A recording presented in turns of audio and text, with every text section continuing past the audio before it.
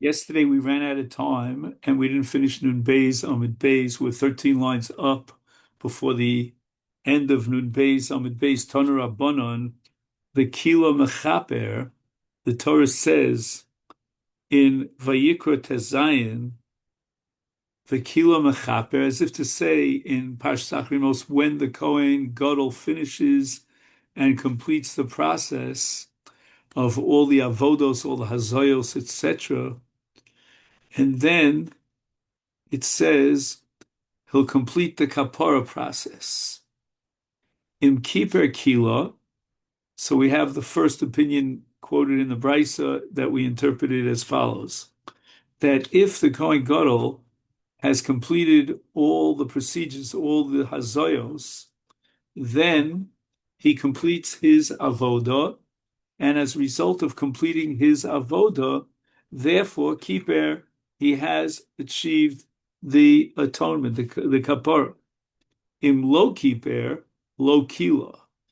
In other words, if he didn't apply all the different avodos and hazoyos in order to achieve uh, the kapara, then he hasn't completed his avoda. That's Rabbi Akiva's Rosh. But Amalo Rabbi Yehuda mepnei ma.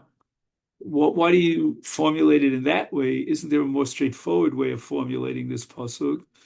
Mipnei malo nomar. Why shouldn't we say im kilo kiper if he completed all the azoyos according to the procedures that were required? Then kiper, he has achieved the kapara. V'im lo kilo. But if he did not complete kilo milashon kalos to complete the avodos, then lo kiper, which means that im chiser achas mikol matanos lo asa v'lo klum. So at this point, we don't see any nafkamina between Rabbi Akiva and Rabbi Yehuda, but the difference is how to interpret the pasuk. But it would seem that Rabbi Akiva would also concede to Rabbi Yehuda that if he misses any one of the hazayos, then the kapara is completely null and void. My beinayu. So therefore, at this point, the Gemara is going to quote one opinion. We don't know if it's Rabbi Yochanan or Rabbi Shubin Levi who says Mashmos Darshanei Beinayu. The only discussion here between Rabbi Akiva and Rabbi Yehuda is not halacha l'maisa. There's no nafkamina halacha, but rather how to interpret the meaning of the psukim. B'chad, however, there is another Amora who says that Shirai Ma'akvim Ika Beinayu, that the machlokas between Rabbi Akiva and Rabbi Yehuda is very, very critical in halacha, and Rabbi Akiva would say that you could be Makayim and machshir the avoda even without the shvichas shirayim al gabi yisod, whereas Rabbi Yehuda holds that shvichas shirayim al yisod is critical, and without it you cannot achieve kapara. And Tistayim, now the Gemara says, well, you didn't know which of the two Amoroim in this Plukta, Rabbi Yochanan, Rabbi Shubin Levi, which one said that Shvicha Shirayim is Likuva. Mistaber, Tistayim, it's logical that it's Rabbi Shubin Levi who diomar Shirayim de Ma'akve. He's the one who holds that the Shvicha Shirayim is critical. Without it, there's no validity to the carbon. And how do I see this in the words of Rabbi Yeshua ben Levi, Rabbi Yeshua ben Levi? L'divrei omrim ha'omer shirayim ha'akvim.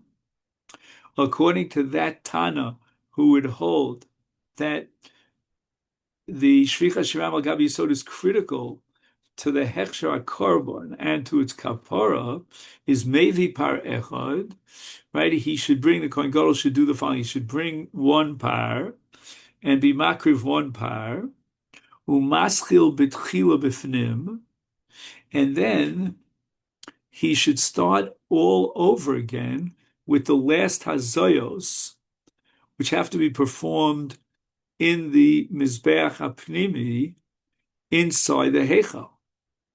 And what we're talking about apparently is a case where if, let's say, at some point or other, he didn't complete the avoda, so it's not enough that he just, get dam and pour it on the Yesod Mizbeach, because the mitzvah shvicha only applies to shirayim. So you can't call it shirayim, unless there's some previous avoda that that still is valid.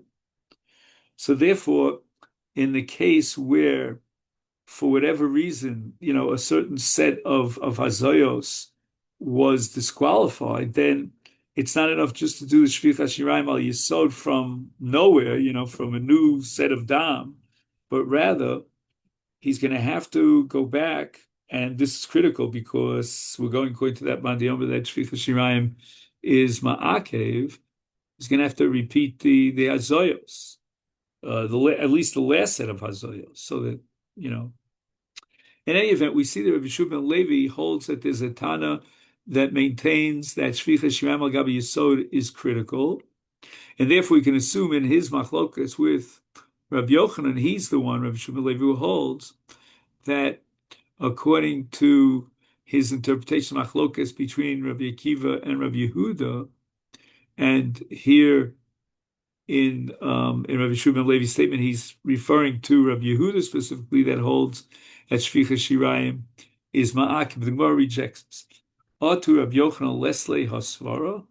Do we assume that Rabbi Yochanan, right, and he's the bar plukta of Rabbi Shimon Levi, he doesn't recognize any Tana who held this view, this shita, and ruled that shvicha shirayim al gabi yisod is absolutely critical?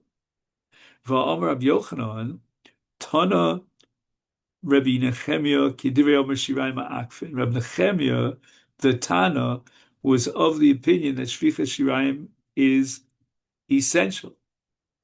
So therefore, Rabbi Yochanan also recognizes that there is such a shita amongst Tanoim. Ella Kidivrei HaOmer, when Rabbi Yochanan says Kidivrei HaOmer, he says Lav Lahani Tanoi. When Rabbi Yochanan made that comment that L'divrei Omer Shirai Ma'akvim, shouldn't we assume that he was referring to one of these two Tanoim, Rabbi Akiva, Rabbi Yehuda? And Hachinami, so too with regard to Rabbi Shimon Levi's formulation that he rules that the dam that was spilled during the Avodas Yom Kippurim is Kedivrei Omer, according to that opinion of that Tana who holds that shvicha shirayim al gabi yisod is likuva, v'lav lahani tanoi. It doesn't mean that he necessarily referred to these two Tanoim, Rabbi Akiva and Rabbi Yehuda. So there's no proof whatsoever as to which Amora was the one who specified that it's Rabbi Yehuda who holds that the shvicha shirayim al gabi yisod is essential. And this leads us to the Mishnah here on the bottom of Nun Beis and Beis. Chatos hatzibur v'yochid.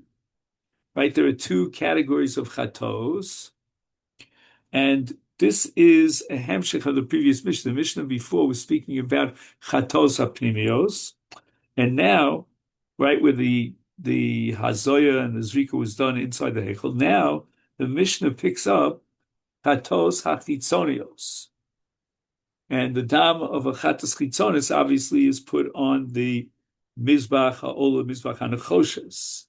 Now, a chatas yachid is in a case where a person, let's say, chelev b'shogeg, or any other chi of karis b'shogeg that he violated.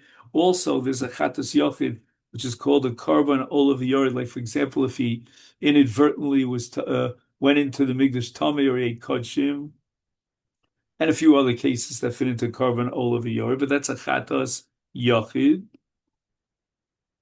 And then we have also a chatas tzibur, which might not be related to chet at all. It's not a von.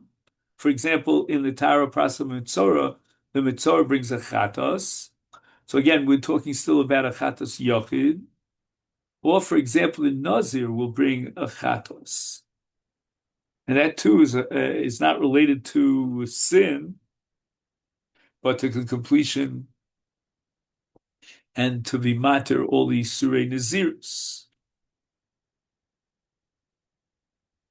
Now, amongst the chatos Hatzibur, the Mishnah enumerates the following: Seirei Roshei Chadoshim v'Shel Moados, and in all these cases, whether or not those various examples of a chatas yachid or these examples of a chatas tzibur, whether it's on Rosh Chodesh or Moed, shchitasim batzafon, chibul tov v'chlisharis batzafon, right? And that's the din of kodesh kodshim, v'domenton arba matonos al arba kronos. We'll have a lot to say about that, but there are four horns on the mizbeach hachison, and all the applications of the dam have to be upon the four corners, the horns, the chronos of Mizbeah.